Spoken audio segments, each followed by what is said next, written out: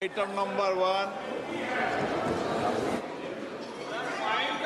माननीय वित्त मंत्री श्रीमती निर्मला सीतारमन जी।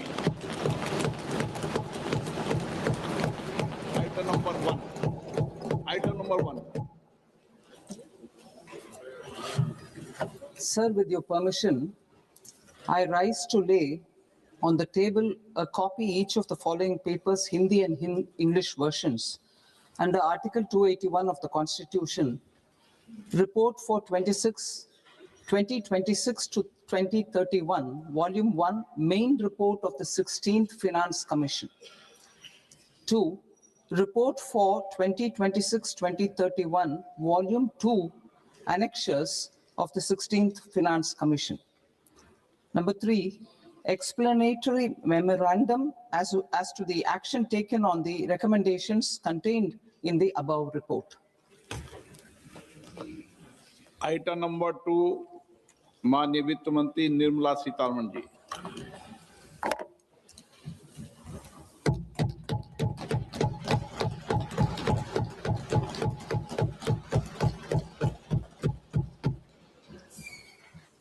Honorable Speaker, sir, on the sacred occasion of Magh Purnima and the birth anniversary of Guru Ravidas, I present the budget for the year 2026-2027. Since we assumed office 12 years ago, India's economic trajectory has been marked by stability, fiscal discipline, sustained growth, and moderate inflation. This is the result of conscious choices we have made, even in times heightened uncertainty and disruption. Our government, led by Honorable Prime Minister Modi, has decisively and consistently chosen action over ambivalence, reform over rhetoric, and people over populism. We have pursued far-reaching structural reforms, fiscal prudence and monetary stability, whilst maintaining a strong thrust on public investment. Keeping Atmanirbharta as a lodestar, we have built domestic manufacturing capacity, energy security, and reduced critical import dependencies. Simultaneously, we have ensured that citizens benefit from every action of the government, undertaking reforms to support employment generation, agricultural productivity, household purchasing power, and universal services to people. These measures have delivered a high growth rate of around 7% and helped us make substantial strides in poverty reduction and improvement in the lives of our people.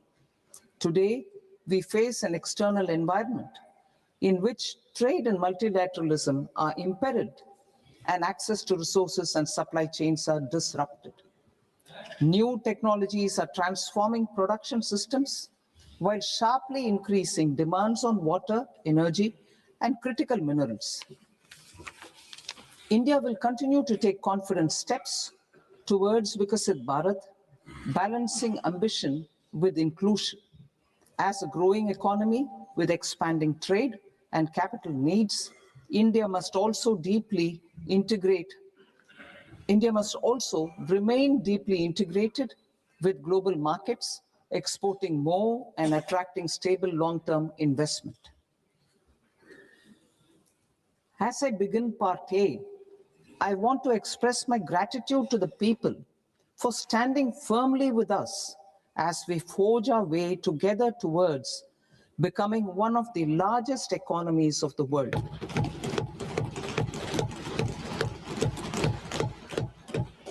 Our aim is to transform aspiration into achievement and potential into performance as we ensure that the dividends of growth reach every farmer, the scheduled caste, the scheduled tribes, the nomads, the youth, the poor, and the women. In Vikasit Bharat Young Leaders Dialogue 2026, several innovative ideas were shared with our Prime Minister, which have inspired many of the proposals, making this a unique Yuva Shakti-driven budget. Our government's sankalp is to focus on our poor, underprivileged, and the disadvantaged. To deliver on this sankalp, and given that this is the first budget prepared in Kartavya Bhavan, we are inspired by three Kartavya. Our first Kartavya is to accelerate and sustain economic growth by enhancing productivity and competitiveness and building resilience to volatile global dynamics. Our second Kartavya is to fulfill aspirations of our people and build their capacity, making them strong partners in India's path to prosperity.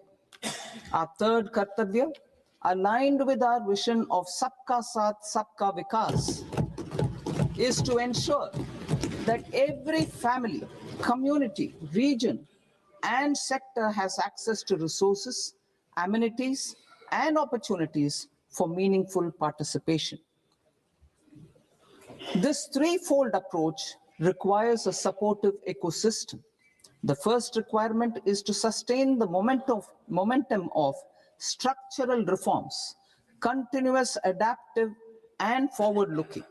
Second, a robust and resilient financial sector is central to mobilizing savings, allocating capital efficiently, and managing risks.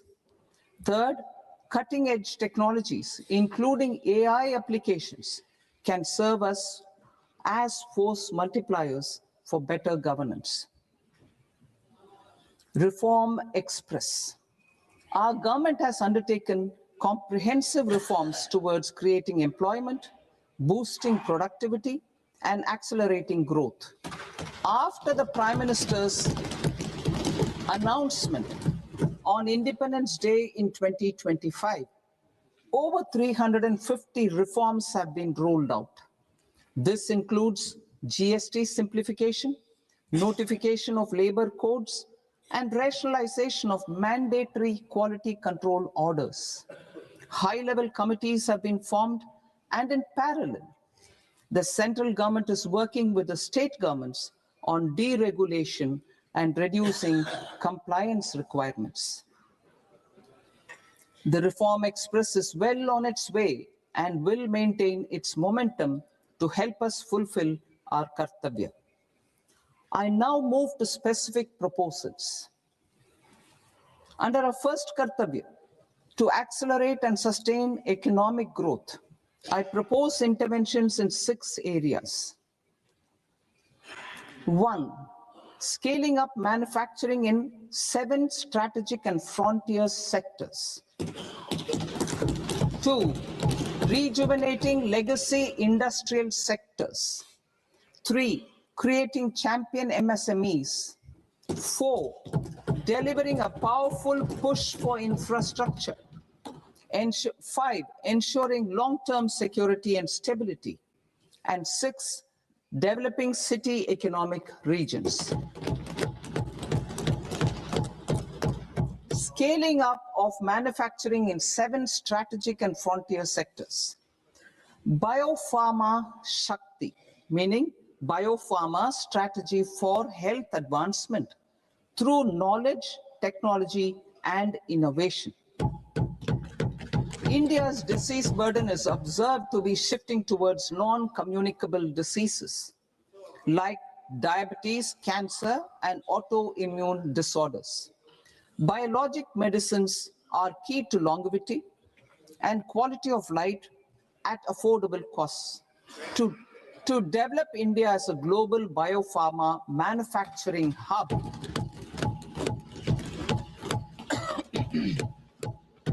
I propose the Biopharma Shakti with an outlay of 10,000 crores over the next 5 years. This will build the ecosystem for domestic production of biologics and biosimilars. The strategy will include a biopharma focused network with 3 new national institutes of pharmaceutical education and research, popularly known as NIPERS, and upgrading 7 existing ones. It will also create a network of 1,000 accredited India clinical trials sites. We propose to strengthen the Central Drug Standard Control Organization to meet global standards and approve timeframes through and approval timeframes through a dedicated scientific review cadre and specialists. India's semiconductor mission 1.0 expanded India's semiconductor sector capabilities. Building on this, we will launch ISM 2.0 to produce equipment and materials, design full-stack Indian IP, and fortify supply chains. We will also focus on industry-led research and training centers to develop technology and skilled workforce. The Electronics Components Manufacturing Scheme, launched in April 2025 with an outlay of 22,919 crores, already has investment commitments at double the targets. We propose to increase the outlay to 40,000 crores to capitalize on this momentum.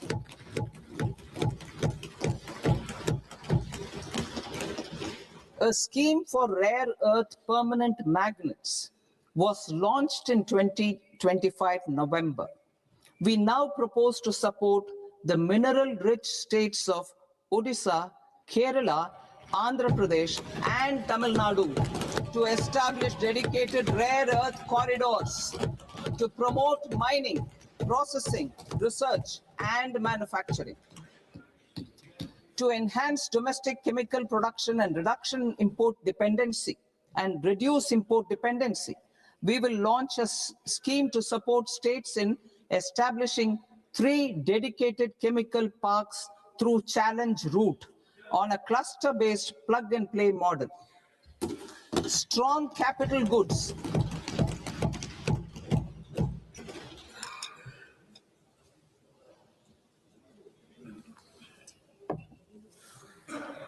Strong capital goods capability is a determinant of productivity and quality across different sectors.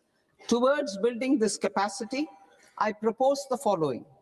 High-tech tool rooms will be established by central public sector enterprises at 2 locations as digitally enabled automated service bureaus that locally design, test, and manufacture high-precision components at scale and at lower cost. 2, a scheme for enhancement of construction and infrastructure equipments will be introduced to strengthen domestic manufacturing of high value and technologically advanced CIE. This can range from lifts in a multi-storied apartment or firefighting equipment in multiplexes, large or small, and to tunnel boring equipments for building metros and high-altitude roads. I also propose a scheme for container manufacturing to create a globally competitive container manufacturing ecosystem with a budgetary allocation of 10,000 crores over a 5-year period. For the labor-intensive textile sector, I propose an integrated program with 5 subparts. 1, the National Fiber Scheme for self-reliance in natural fibers, such as silk, wool, and jute, man-made fibers, and new age fibers. Textile expansion and employment scheme to modernize traditional clusters with capital support for machinery, technology upgradation, and common testing and certification centers. 3, the National Handloom and Handicraft Program to integrate and strengthen existing schemes and ensure targeted support for weavers and artisans. Tex Eco Initiative to promote globally competitive and sustainable textiles and apparels. Samarth 2.0 to modernize the upgrade the textile skilling ecosystem through collaboration with industry and academic institutions. Further, I propose to set up a mega textile parks in challenge mode. They can also focus on bringing value addition to technical textiles. I propose to launch the Mahatma Gandhi Gram Swaraj initiative to strengthen khadi, handloom, and handicrafts. This will help in global market linkage and branding. It will streamline and support training, skilling, quality of process, and production. This will benefit our weavers, village industries, one district, one product, ODOP initiative, and also our rural youth. India has the potential to emerge as a global hub for high quality, affordable sports goods. I propose a dedicated initiative for sports goods that will promote manufacturing, research, and innovation in equipment design, as well as material sciences. Rejuvenation of legacy industrial clusters. I propose to introduce a scheme to revive 200 legacy industrial clusters to improve their cost competitiveness and efficiency through infrastructure and technology upgradation. Creating champion SMEs and supporting micro enterprises. Recognizing MSMEs as a vital engine of growth, I propose a three-pronged approach to help them grow as champions. Equity support. I propose to introduce a dedicated 10,000 crores SME growth fund to create future champions, incentivizing enterprises based on select criteria. I also propose to top up the Self-Reliant India Fund set up in 2021 with 2,000 crores to continue support to micro enterprises and maintain their access to risk capital. Liquidity support. With TREDS, more than 7 lakh crore has been made available to MSMEs. To leverage its full potential, I propose 4 measures. 1, mandate TREDS as the transaction settlement platform for all purchases from MSMEs by CPSEs, serving as a benchmark for other corporates. 2, introduce a credit guarantee support mechanism through CGTMSE for invoice discounting on TREDS platform. 3, link GEM with TREDS for sharing information with financiers about government purchases from MSMEs, encouraging cheaper and quicker financing. 4, introduce TREDS receivables as asset-backed securities, helping develop a secondary market, enhancing liquidity and settlement of transactions. Professional support. Government will facilitate professional institutions such as the ICAI, ICSI, ICMAI to design short-term modular courses and practical tools to develop a cadre of corporate mitras, especially in Tier 2 and Tier 3 towns. These accredited para-professionals will help MSMEs meet compliance requirements at affordable costs. Infrastructure. During this past decade, our government has undertaken several initiatives for large-scale enhancement of public infrastructure, including through new financing instruments such as Infrastructure Investment Trust (InvITs) and Real Estate Investment Trust (REITs), and institutions like NIIF and NABFID. We shall continue to focus on developing infrastructure in cities with over 5 lakh population, that is Tier 2, Tier 3 cities, which have expanded to become growth centers. Public capital expenditure has increased manifold from 2 lakh crore in 2014-15 to an allocation of 11.2 lakh crore in BE 25-26. In this coming year, that is financial year 2026-27, I propose to increase it to 12.2 lakh crores to continue the momentum. To strengthen the confidence of private developers regarding risks during infrastructure development and construction phase, I propose to set up an infrastructure risk guarantee fund to provide prudentially calibrated partial credit guarantee to lenders. Over the years, rights have emerged as a successful instrument for asset monetization. I propose to accelerate recycling of significant real estate assets of the CPSEs through the setting up of dedicated rights.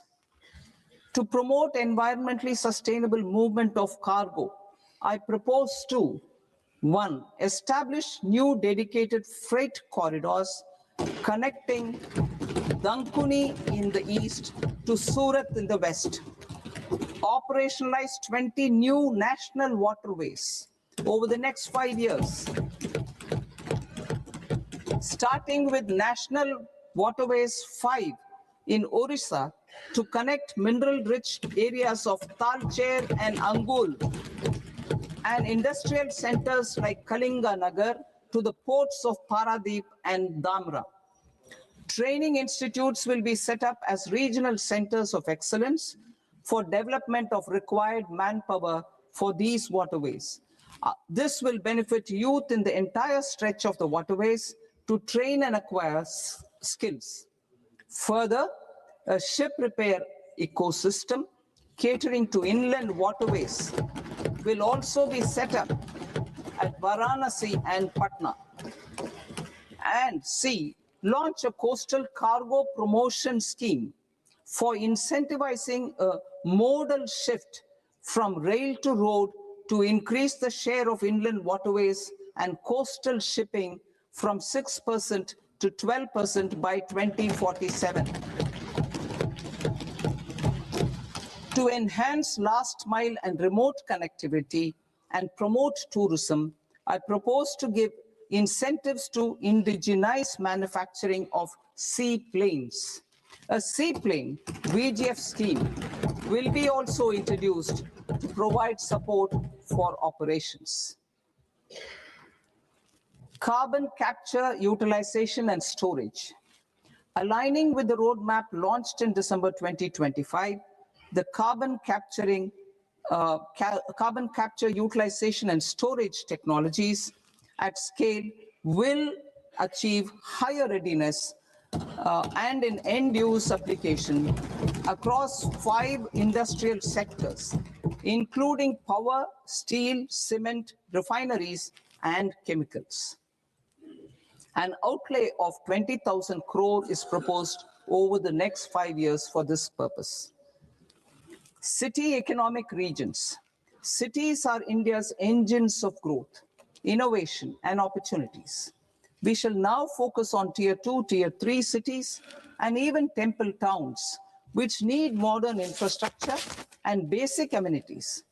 This budget aims to further amplify the potential of cities to deliver the economic power of agglomerations by mapping city economic regions based on their specific growth drivers. An allocation of 5,000 crore per CER over 5 years is proposed for implementing their plans through a challenge mode with a reform cum result-based financing mechanism. In order to promote environmentally sustainable passenger systems, we will develop 7 high-speed rail corridors between cities as growth connectors, namely Mumbai to Pune, Pune to Hyderabad, Hyderabad to Bengaluru, Hyderabad to Chennai, Chennai to Bengaluru, Delhi to Varanasi, Varanasi to Siliguri.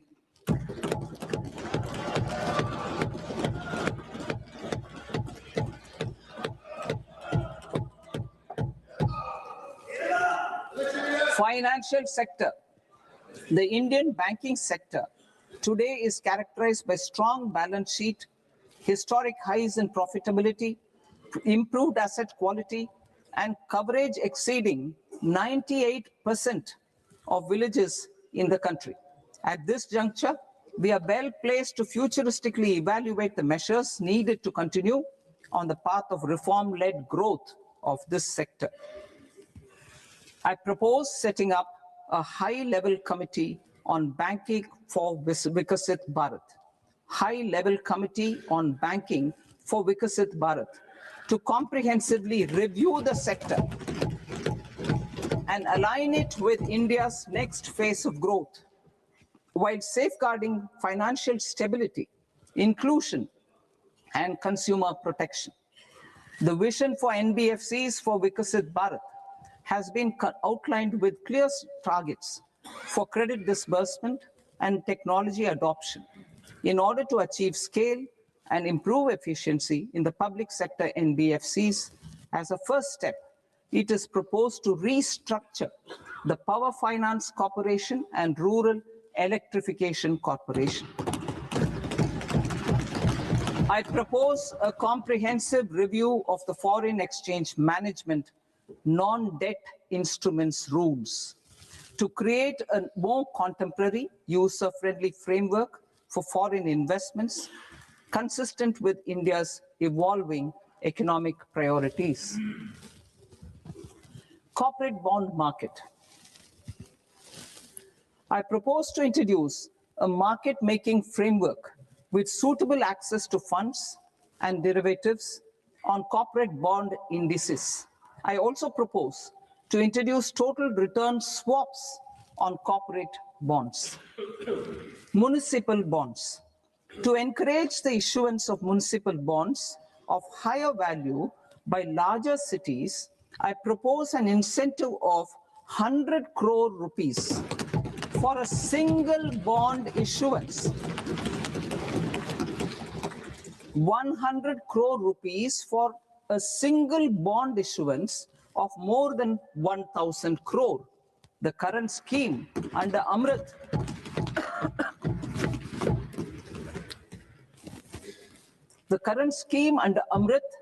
which incentivizes issuances up to 200 crores only, will also continue to support smaller and medium towns. That will also continue to support the smaller and medium towns. Ease of doing business.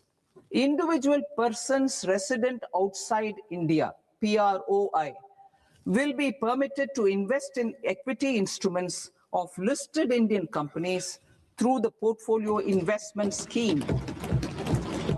It is also proposed to increase the investment limit for an individual PROI under the scheme from 5% to 10%, with an overall investment limit for all individual PROIs to 24% from the current 10%.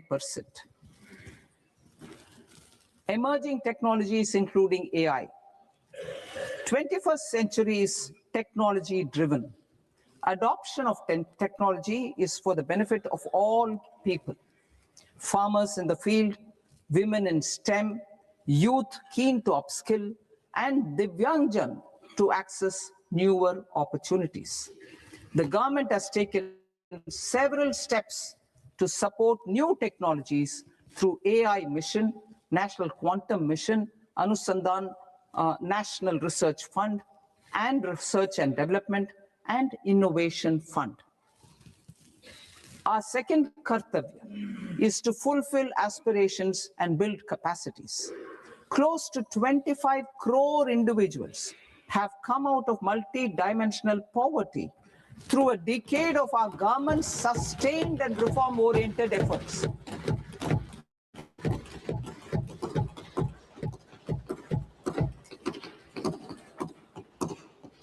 Our government has therefore decided to place a renewed emphasis on the service sector to provide a pathway to fulfilling aspirations of a youthful India with the following measures. I propose to set up a high-powered education to employment and enterprises standing committee to recommend measures that focus on services sector as a core driver of Viksit Bharat. This will make us a global leader in services with a 10% global share by 2047. The committee will prioritize areas to optimize the potential for growth, employment, and exports. They will also assess the impact of emerging technologies, including AI, on jobs and skill requirements and propose measures thereof. To create a range of skilled career pathways, a new range of skilled career pathways for our youth, I propose interventions in the following sectors. Health. Existing institutions for allied health professionals will be upgraded and new AHP institutions established in private and government sectors. This will cover 10 selected disciplines, including optometry, radiology, anesthesia, OT technology, applied psychology, and behavioral health, and add 1 lakh AHPs over the next 5 years. A strong care system covering geriatric and allied care services will be built. A variety of NSQF-aligned programs will be developed to train multi-skilled caregivers, combining core care and allied skills such as wellness, yoga, and operation of medical assistive devices. In the coming year, 1.5 lakh caregivers will be trained.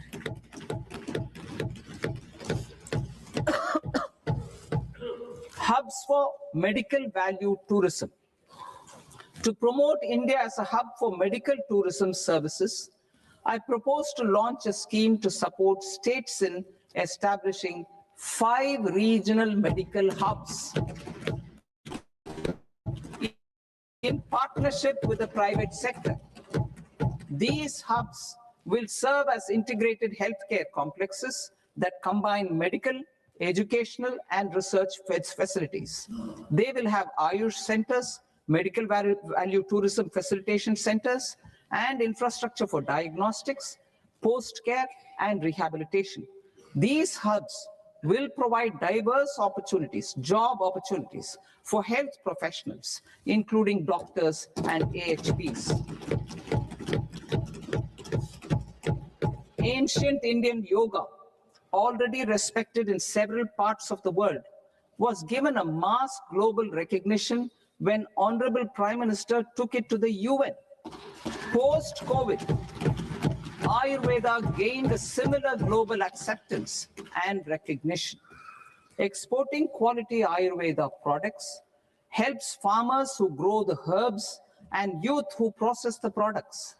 To meet growing global demand, a few more steps are being taken. I propose to, 1, set up 3 new All India Institutes of Ayurveda. 2, upgrade Ayush pharmacies and drug testing labs for higher standards of certification ecosystem and make available more skilled personnel. 3, upgrade the WHO Global Traditional Medicine Center in Jamnagar to bolster evidence-based research, training, and awareness for traditional medicine.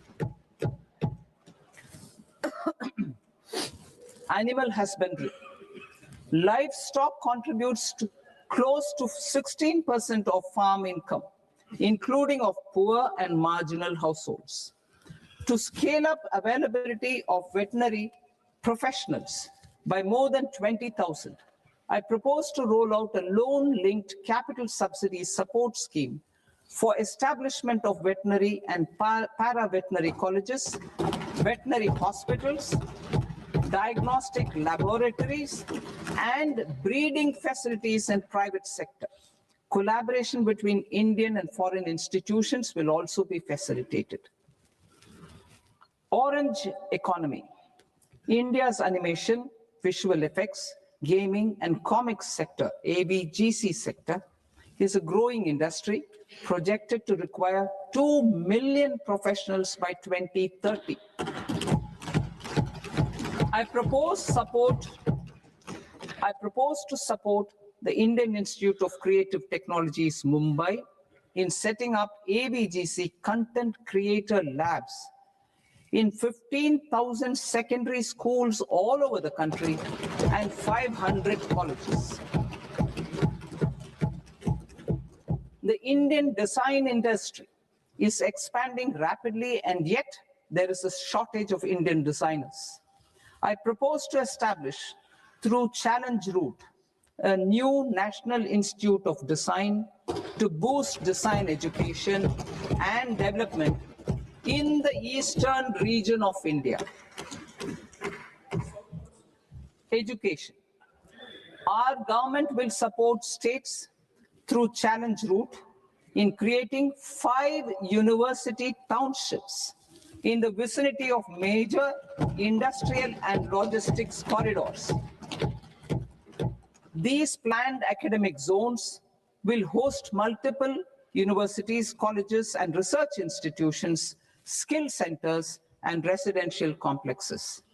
In higher education, STEM institutions prolonged hours of study and laboratory work pose some challenges for girl students. Through VGF, viability gap funding, and capital support, 1 girls' hostel will be established in every district.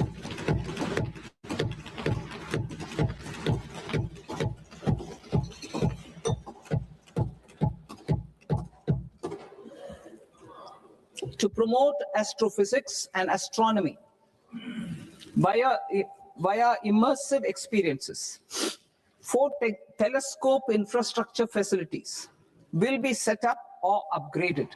The National Large Solar Telescope, the National Large Optical Infrared Telescope, the Himalayan Chandra Telescope, and the Cosmos 2 Planetarium. Tourism. The tourism sector has the potential to play a large role in the employment generation, forex earnings, and expanding the local economy. I propose to set up a National Institute of Hospitality by upgrading the existing National Council for Hotel Management and Catering Technology. It will function as a bridge between academia, industry, and government. I also propose a pilot scheme for upskilling 10,000 guides in 20 iconic tourist sites through a standardized, high-quality, 12-week training course in hybrid mode in collaboration with the Indian Institute of Management. A national destination digital knowledge grid will be established to digitally document all places of significance, cultural, spiritual, and heritage. This initiative will create a new ecosystem of jobs for local researchers, historians, content creators, and technology partners. India has the potential and opportunity to offer world-class trekking and hiking experience. We will develop ecologically sustainable mountain trails in Himachal Pradesh, Uttarakhand, and Jammu Kashmir. Also in Araku Valley in the Eastern Ghats and Podigai Malai in the Western Ghats. Turtle trails along key nesting sites in the coastal areas of Odisha Karnataka and Kerala. And 3, bird watching trails along the Pulikat Lake in Andhra Pradesh, Tamil Nadu. It's on the border. Under the visionary leadership of Honorable Prime Minister, we established the International Big Cat Alliance in 2024. This year, India is hosting the first ever Global Big Cat Summit, where heads of governments and ministers from 95 range countries will deliberate on collective strategies for conservation. Heritage and culture tourism. I propose to develop 15 archaeological sites, including Lothal, Dolavira, Rakigadi, Adichanallur, Saranath, Hastinapur, and Leh Palace into vibrant experiential cultural destinations. Excavated landscapes will be open to the public through curated walkways.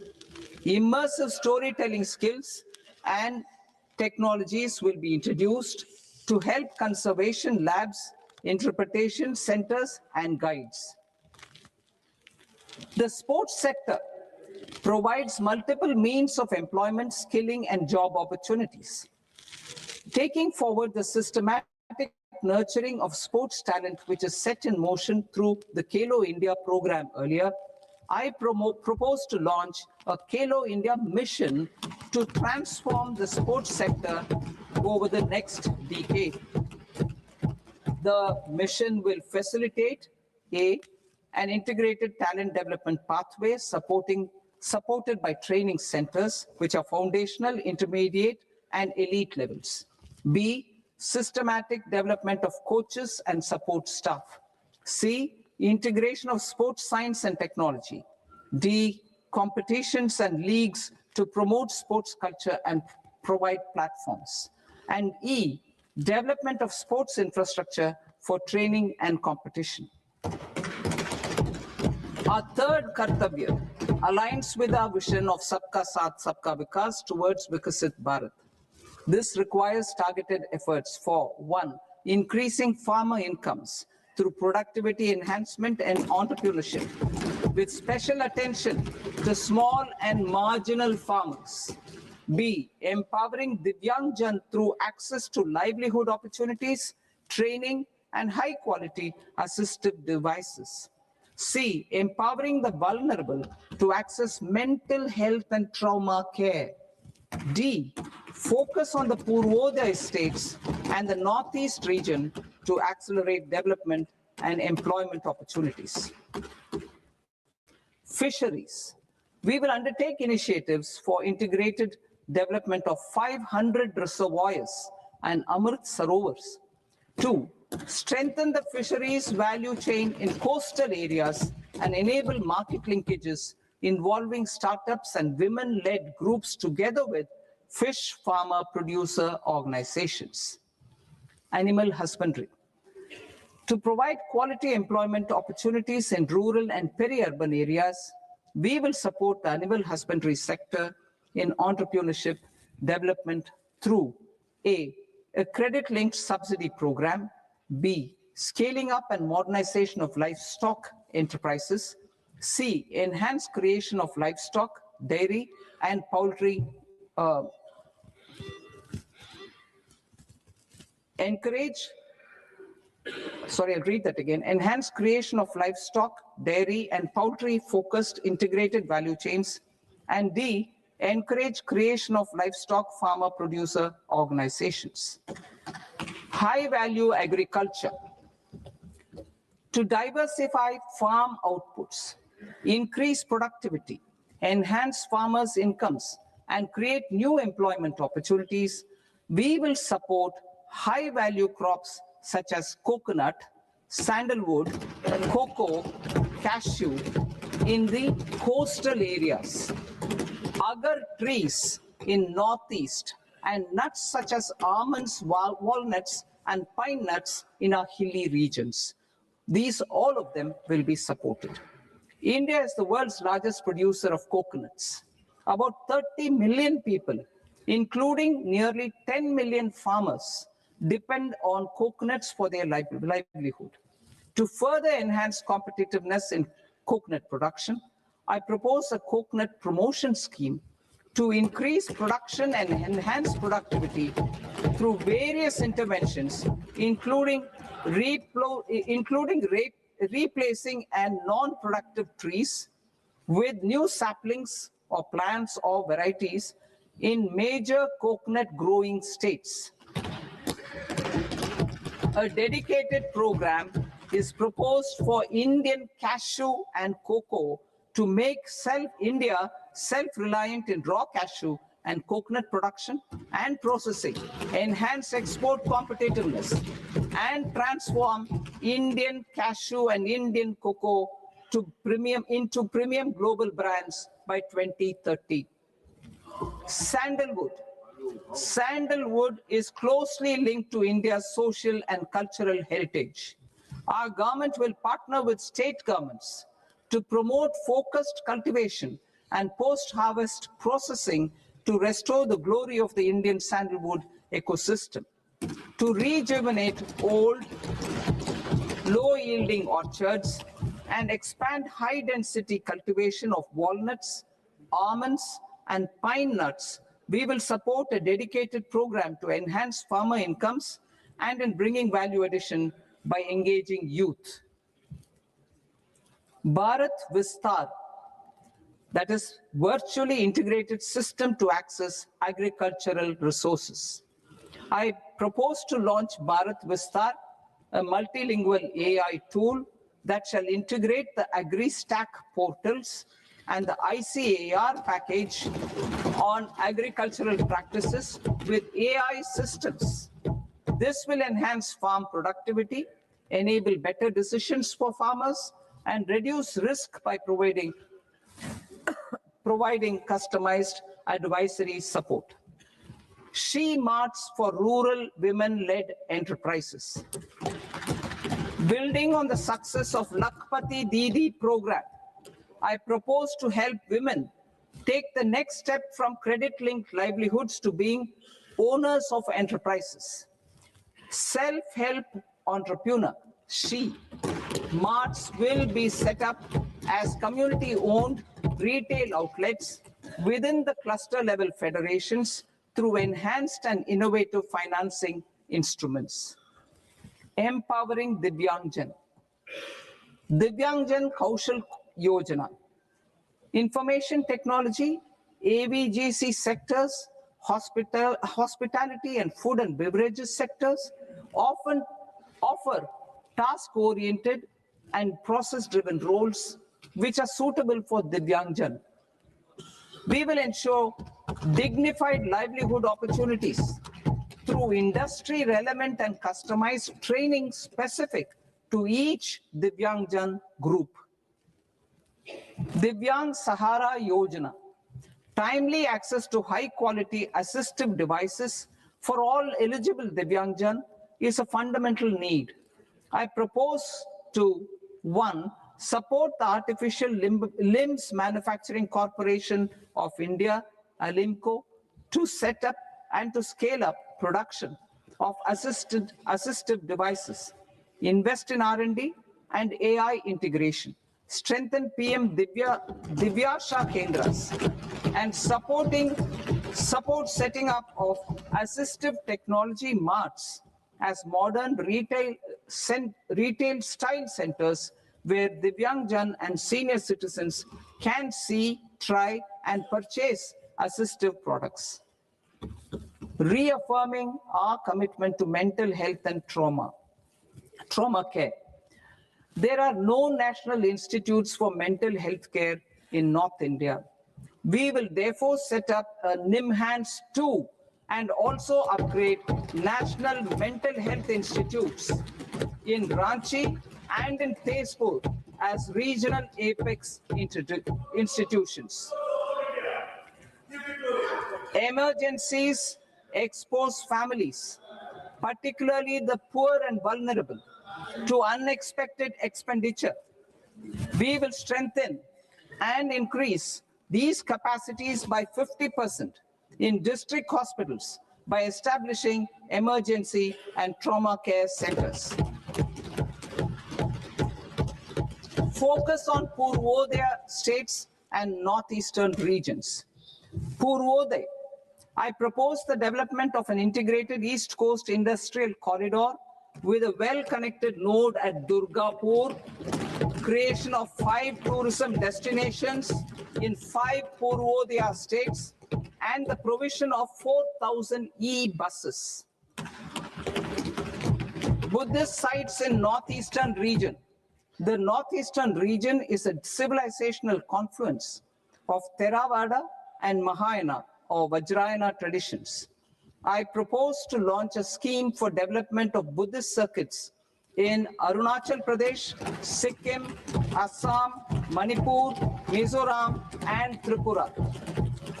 The scheme will cover preservation of temples and monasteries, pilgrimage interpretation centers, connectivity, and pilgrim amenities. 16th Finance Commission. On 17th November 2025, the 16th Finance Commission submitted its report to the President. As mandated under Article 281 of the Constitution, the government is to lay the report along with the explanatory memorandum on the action taken report on the recommendations of the Commission in Parliament, which, Sir, Honorable Speaker, you've allowed me to do at the commencement of this session.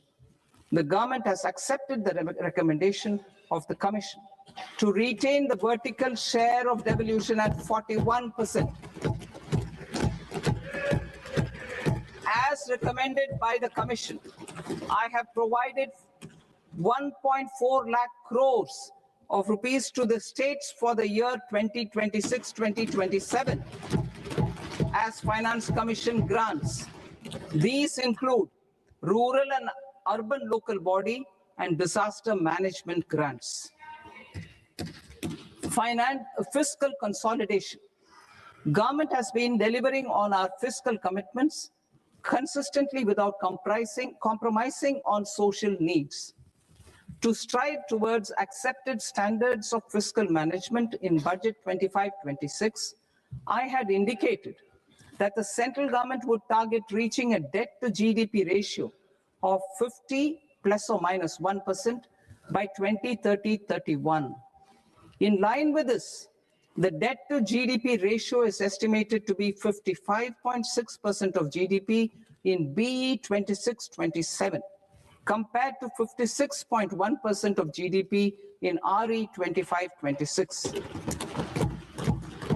A declining debt to GDP ratio will gradually free up resources for priority sector lending and expenditure by reducing the outgo on interest payments. One of the main operational instruments for debt targeting is the fiscal deficit. I'm happy to inform this August House that I fulfilled my commitment made in 2021-2022 to reduce fiscal deficit below 4.5% of GDP by 25-26.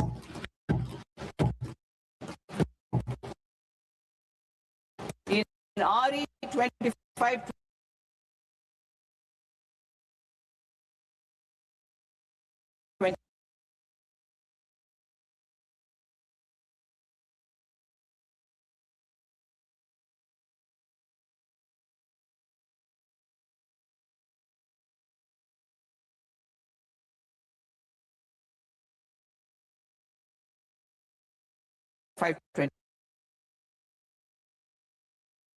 26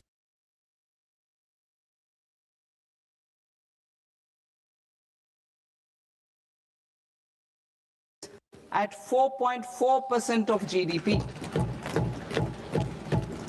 In line with the new fiscal prudence path of debt consolidation, the fiscal deficit in BE 26-27 is estimated to be 4.3% of the GDP.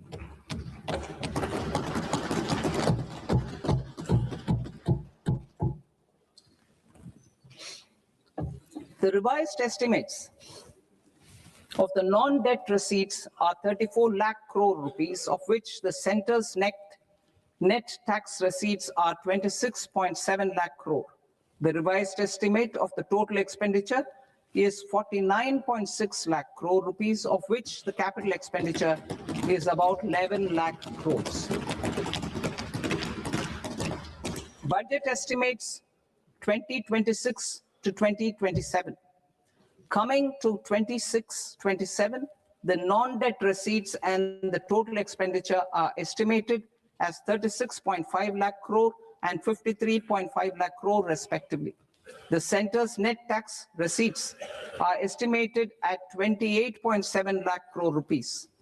To finance the fiscal deficit, the net market borrowings from dated securities are estimated at 11.7 lakh crore rupees. The balance financing is expected to come from small savings and other sources. The gross market borrowings are estimated at 17.2 lakh crore rupees. I'll now move to Part B. Part B, direct taxes.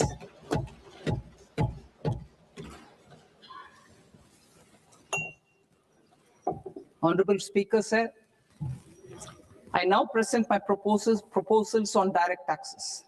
New Income Tax Act. In July 2024, I announced a comprehensive review of the Income Tax Act 1961.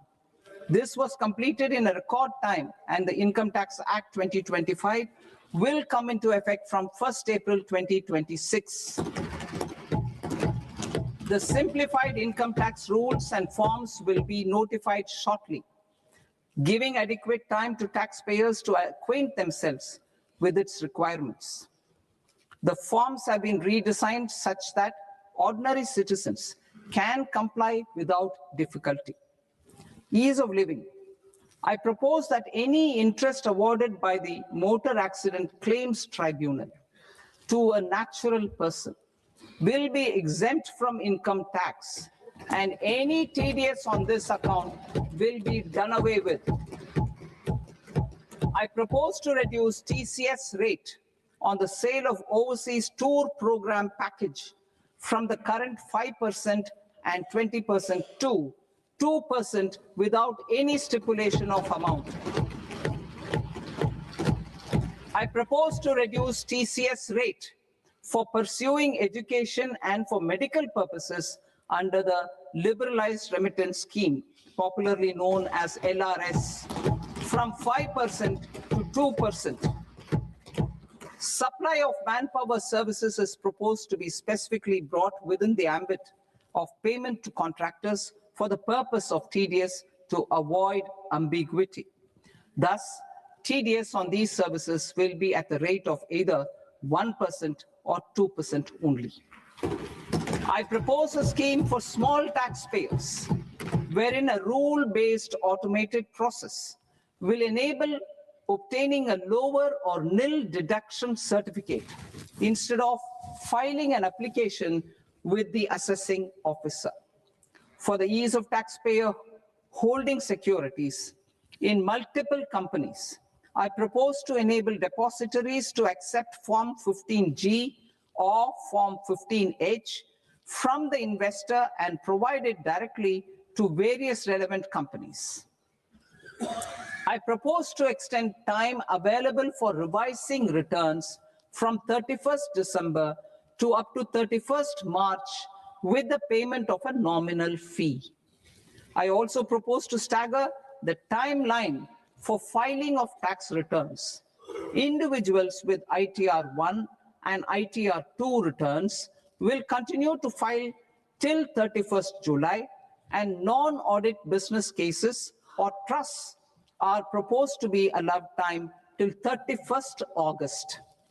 TDS on sale of immovable property by a non-resident is proposed to be deducted and deposited through resident buyers and his or her PAN-based challan instead of requiring a TAN, which is a temporary accounting number.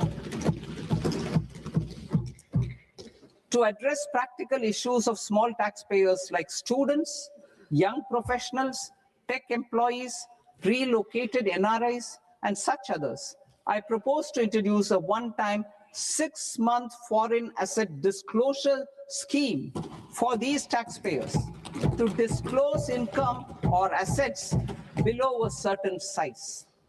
This scheme would be applicable for two categories of taxpayers, namely, A, who did not disclose their overseas income or assets, and B, who disclosed their overseas income and or paid due tax but could not declare the asset acquired. For category A, the limit of undisclosed income or asset is proposed to be up to 1 crore rupees. They need to pay 30% of fair market value of asset or 30% of undisclosed income as tax and 30% as additional income tax in lieu of penalty and would thereby get immunity from prosecution. For category B, asset value is proposed to be up to 5 crore rupees. Here, immunity from both penalty and prosecution will be available with a payment of fee of 1 lakh rupees. Rationalizing penalty and prosecution. Multiplicity of proceedings are hindrance to the ease of doing business. I propose to integrate assessment and penalty proceedings by way of a common order for both. There will be no interest liability on the taxpayer on the penalty amount for the period of appeal before the first appellate authority, irrespective of the outcome of appeal process. Further, quantum of prepayment is being reduced from 20% to 10% and will continue to be calculated only on core tax demand. As an additional measure for reducing litigation, I propose to allow taxpayers to update their returns even after reassessment proceedings have been initiated and an additional 10% tax rate over and above the rate applicable for the relevant year. The assessing officer will then use only this updated return in his proceedings. There is already a framework for immunity from penalty and prosecution in the cases of underreporting. I propose to apply this framework for immunity to misreporting too. However, in such a case, the taxpayer will need to pay 100% of the tax amount as an additional income tax over and above the tax and interest due. Penalties for certain technical defaults, such as failure to get accounts audited, non-furnishing of transfer pricing audit report, and default in furnishing statement for financial transactions are proposed to be converted into fee.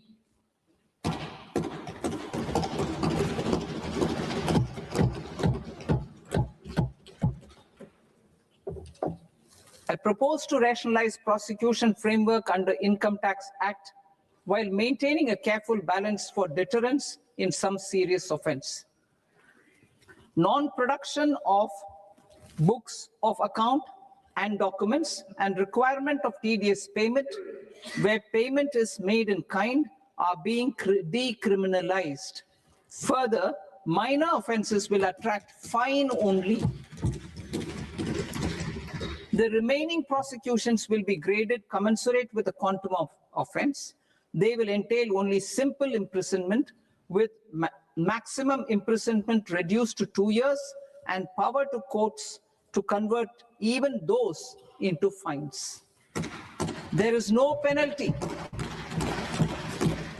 There's no penalty presently for non-disclosure of non-immovable foreign assets with aggregate value less than 20 lakh rupees. I propose to also provide them with immunity from prosecution with retrospective effect from 1/10/2024.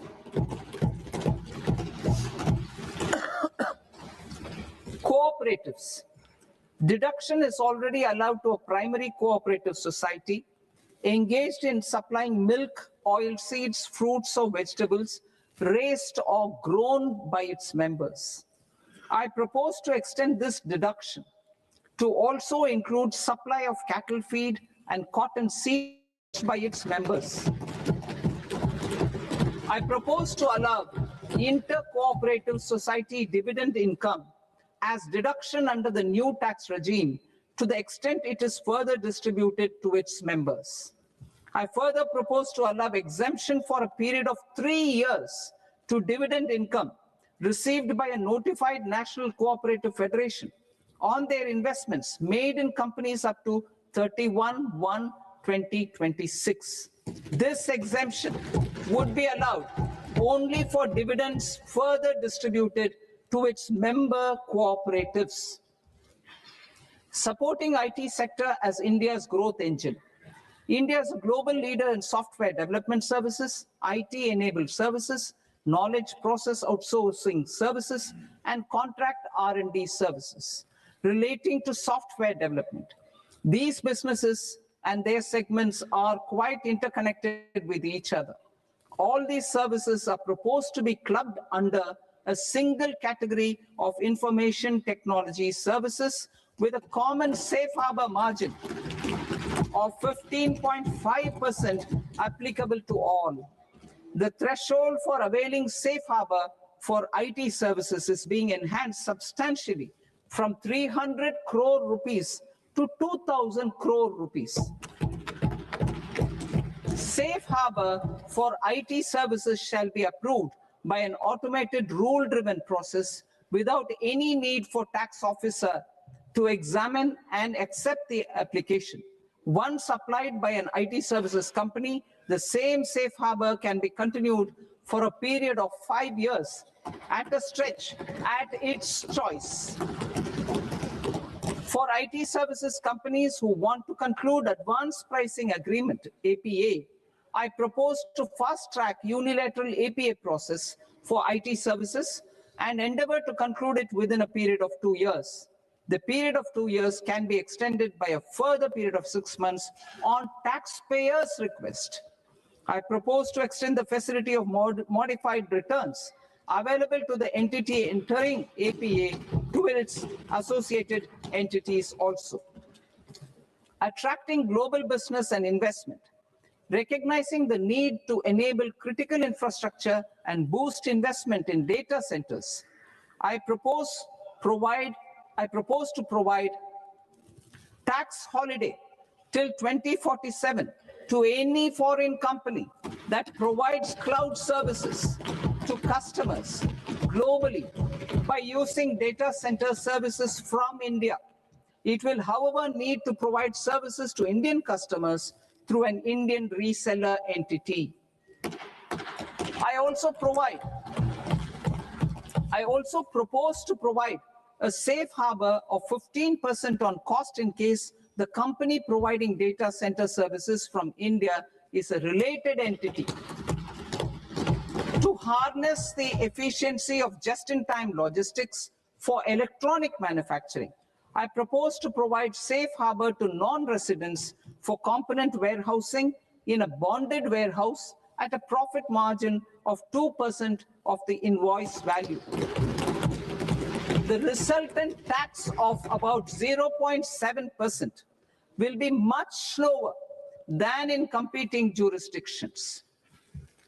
To provide fillip to toll manufacturing in India, I propose to provide exemption from income tax for 5 years to any non-resident who provides capital goods, equipment, or tooling to any toll manufacturer in a bonded zone. To encourage vast pool of global talent to work in India for a longer period of time, I propose to provide exemption to global, non-India sourced income of a non-resident expert for a stay period of 5 years under notified schemes.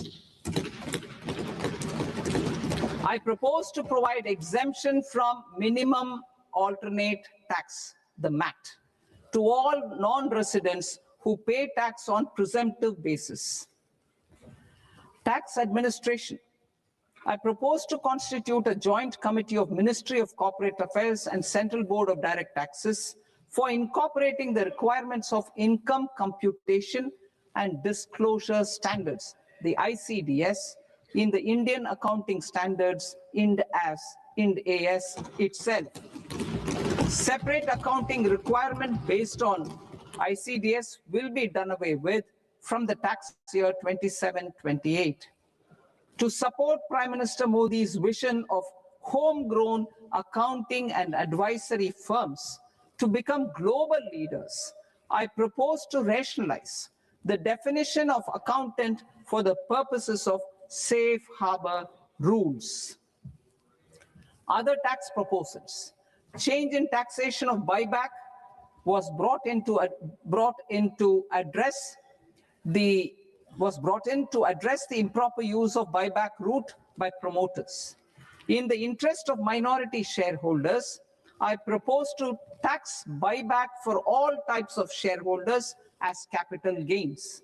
However, to disincentivize misuse of tax arbitrage, promoters will pay an additional buyback tax. This will make effective tax 22% for corporate promoters. For non-corporate promoters, the effective tax will be 30%.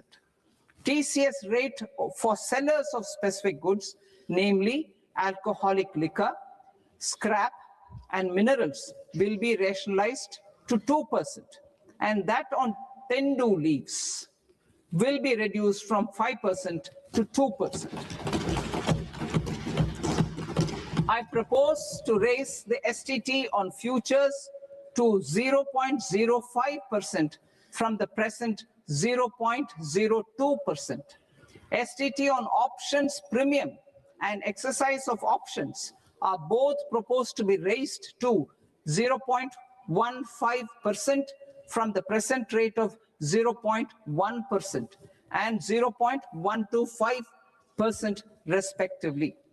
We reformed the taxation landscape for corporates in 2019 by providing them a simplified regime with lower tax rate so that they could productively focus on business rather than on claim of deductions and exemptions. To encourage companies to shift to the new regime, set off of brought forward MAT credit, minimum alternate tax credit, is proposed to be allowed to companies only in the new regime. Set off using available MAT credit is proposed to be allowed to an extent of 1/4 of the tax liability in the new regime. MAT is proposed to be made final tax, so there will be no further credit accumulation from 1st April 2026. In line with this change, the rate of final tax is being reduced to 14% from the current MAT rate of 15%. The brought forward MAT credit of taxpayers accumulated till 30th March 2026 will continue to be available to them for set off as above. Indirect taxes. I shall now take up proposals related to indirect taxes. My proposals for customs and central excise aim to further simplify the tariff structure, support domestic manufacturing, promote export competitiveness, and correct inversion in duty. To continue weeding out long continuing customs duty exemptions, I propose to remove certain exemptions on items which are being manufactured in India or where the imports are negligible. Similarly, to further simplify the process of ascertaining the rate of duty applicable on a particular item, I propose to incorporate certain effective rates in various customs notifications to the tariff schedule itself. I shall now take up sector-specific proposals. Promotion of exports of marine, leather, and textile products. I propose to increase the limit for duty-free imports of specified inputs used for processing seafoods for export from the current 1% to 3% of FOB value of the previous year's export turnover. I also propose to allow duty-free imports of specified inputs, which is currently available for exports of leather or synthetic footwear, to exports of shoe uppers as well. I propose to extend the time period for export of final product from the existing 6 months to 1 year for exporters of leather or textile garments, leather or synthetic footwear, and other leather products. Energy transition and security. I propose to extend the basic customs duty exemption given to capital goods used for manufacturing lithium-ion cells for batteries to those used for manufacturing lithium-ion cells for battery energy storage systems also. I propose to exempt basic customs duty on import of sodium antimonate for use in manufacture of solar glass. Nuclear power. I propose to extend the existing basic customs duty exemption on imports of goods required for nuclear power projects till the year 2035 and expand it for all nuclear plants irrespective of their capacity. Critical minerals. It is proposed to provide basic customs duty exemption to the import of capital goods required for the processing of critical minerals in India. Biogas blended CNG. I propose to exclude the entire value of biogas while calculating the central excise duty payable on biogas blended CNG. Civil and defense aviation. I propose to exempt basic customs duty on components and parts required for the manufacture of civilian training and other aircrafts. It is proposed to exempt basic customs duty on raw materials imported for the manufacture of parts of aircraft to be used in maintenance, repair, or overall requirements by units in the defense sector. Electronics. To deepen value addition in the consumer electronics sector, I propose to exempt basic customs duty on specified parts used in the manufacture of microwave ovens. Special economic zone. To address the concerns arising about utilization of capacity by manufacturing units in the special economic zones due to global trade disruptions, I propose as a special one-time measure to facilitate sales by eligible manufacturing units in SEZs to the domestic tariff area at concessional rates of duty. The quantity of such sales will be limited to a prescribed proportion of their exports. Necessary regulatory changes will be undertaken to operationalize the measures while ensuring level playing field for the units working in the DTA. Ease of living. To rationalize the customs duty structure for goods imported for personal use, I propose to reduce the tariff rate on all dutiable goods imported for personal use from 20% to 10%. To provide relief to patients, particularly those suffering from cancer, I propose to exempt basic customs duty on 17 drugs or medicines. I propose also to add 7 more rare diseases for the purposes of exempting import duties on personal imports of drugs, medicines, and food for special medical purposes used in their treatment. Customs process. India's role and share in the global trade is poised for a major leap in line with our ambition and journey towards Vikasit Bharat. In this regard, I propose many measures for custom processes to have minimal intervention for smoother and faster movement of goods and greater certainty to the trade. Trust-based systems. I propose to enhance duty deferral period for Tier 2 and Tier 3 authorized economic operators, known as AEOs, from 15 days to 30 days.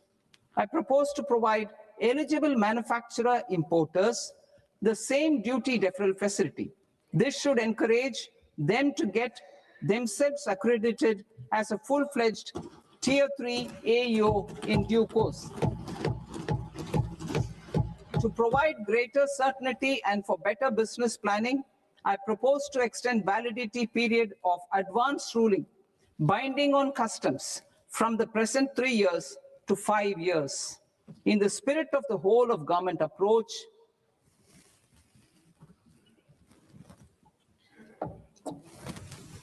government agencies will be encouraged to leverage AEO accreditation for preferential treatment in clearing their cargo.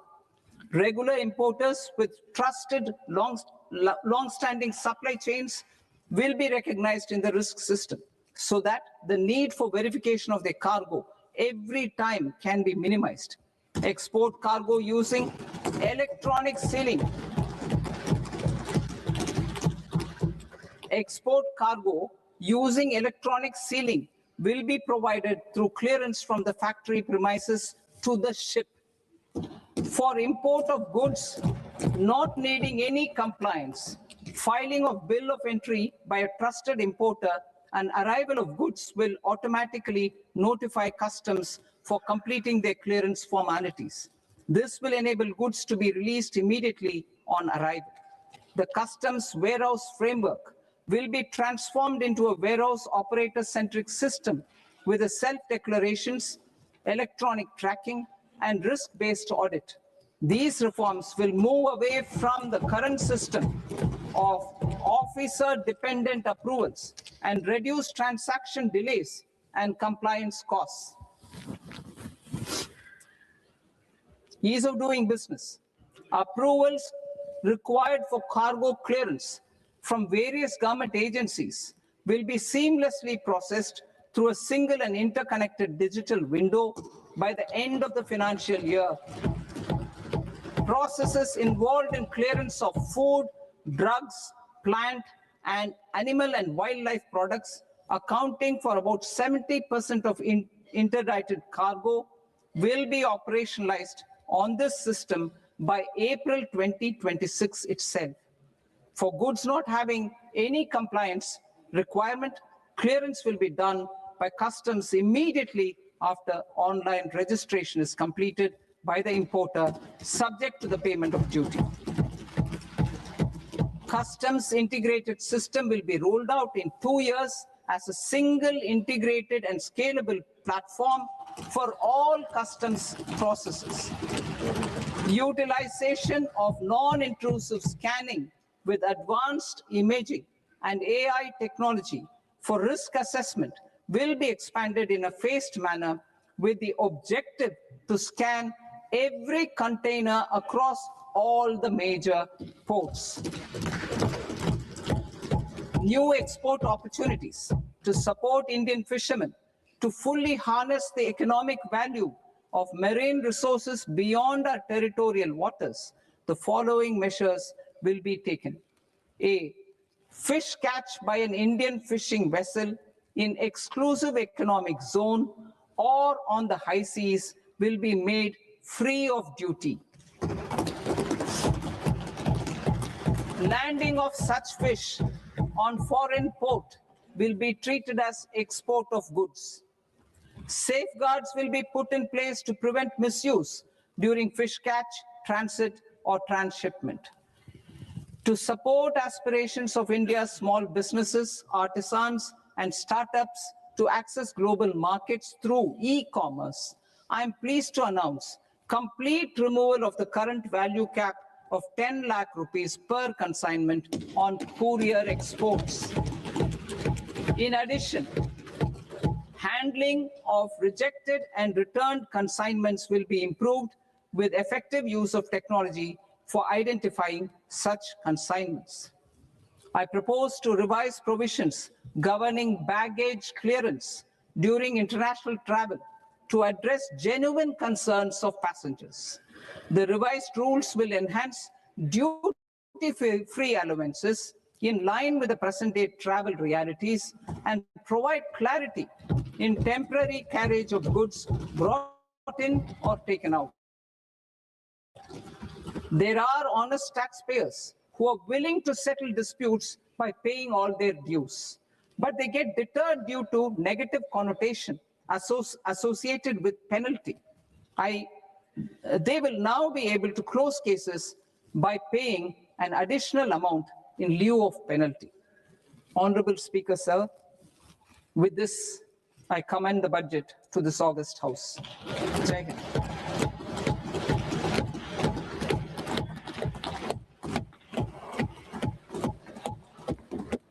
One and a half hours. Item number 3 माननीय वित्त मंत्री जी।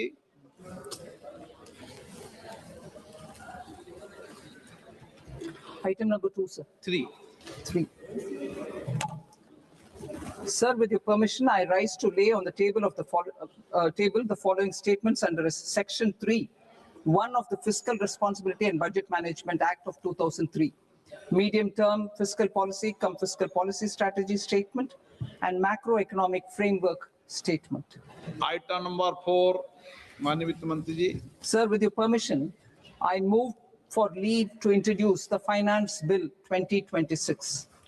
प्रश्न ये कि विधेयक को पुनर्स्थापित करने की अनुमति प्रदान की जाए।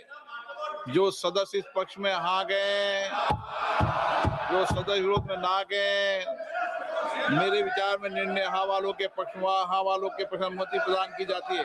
माननीय मंत्री जी, अब विधेयक पुनर्स्थापित करें। Sir, I introduce the bill. माननीय सदस्यगण, आपको सूचित किया जाता है कि माननीय वित्त मंत्री जी के बजट भाषण की कॉपी पब्लिकेशन काउंटर पर ली जाती है। बजट भाषण और बजट से संबंधित दस्तावेज आपके मोबाइल फोन और मेंबर पोर्टल्स पर ही उपलब्ध है। सभा की कार्रवाई कल सोमवार दिनांक 2 फरवरी 2026 को प्राप्त 11 बजे तक के लिए स्थगित की जाती है।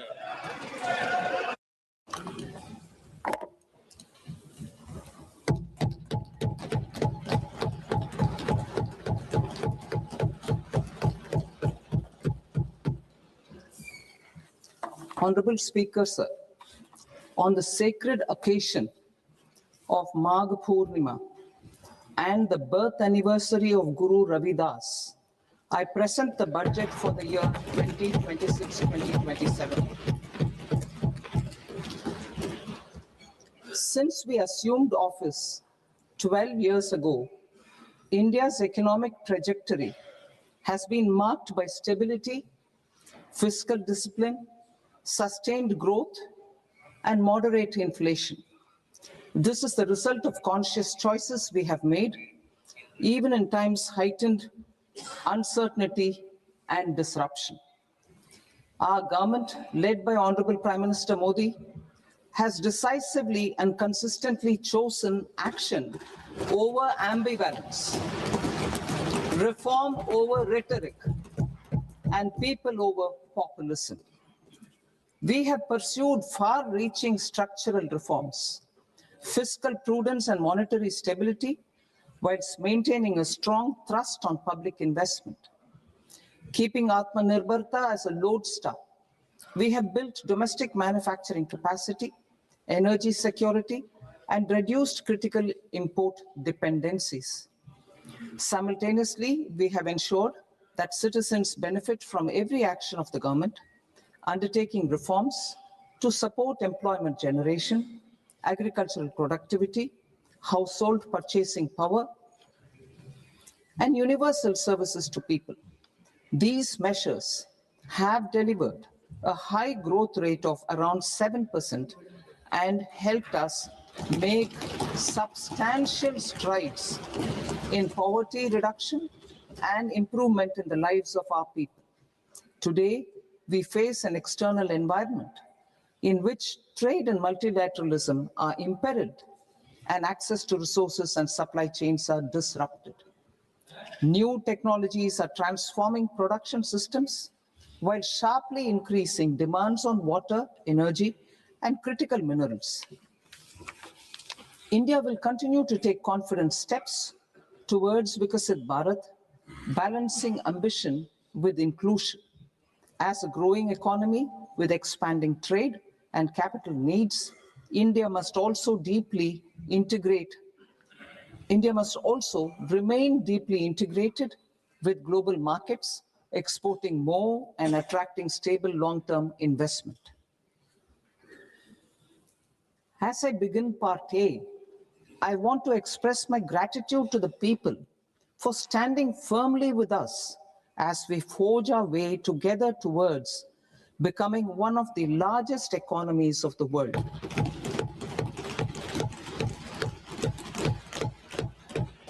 Our aim is to transform aspiration into achievement and potential into performance as we ensure that the dividends of growth reach every farmer, the scheduled caste, the scheduled tribes, the nomads, the youth, the poor, and the women. In Vikasit Bharat Young Leaders Dialogue 2026, several innovative ideas were shared with our Prime Minister, which have inspired many of the proposals, making this a unique Yuva Shakti-driven budget.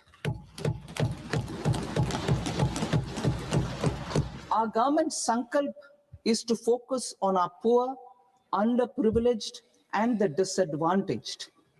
To deliver on this sankalp, and given that this is the first budget prepared in Kartavya Bhavan, we are inspired by three Kartavya. Our first Kartavya is to accelerate and sustain economic growth by enhancing productivity and competitiveness and building resilience to volatile global dynamics.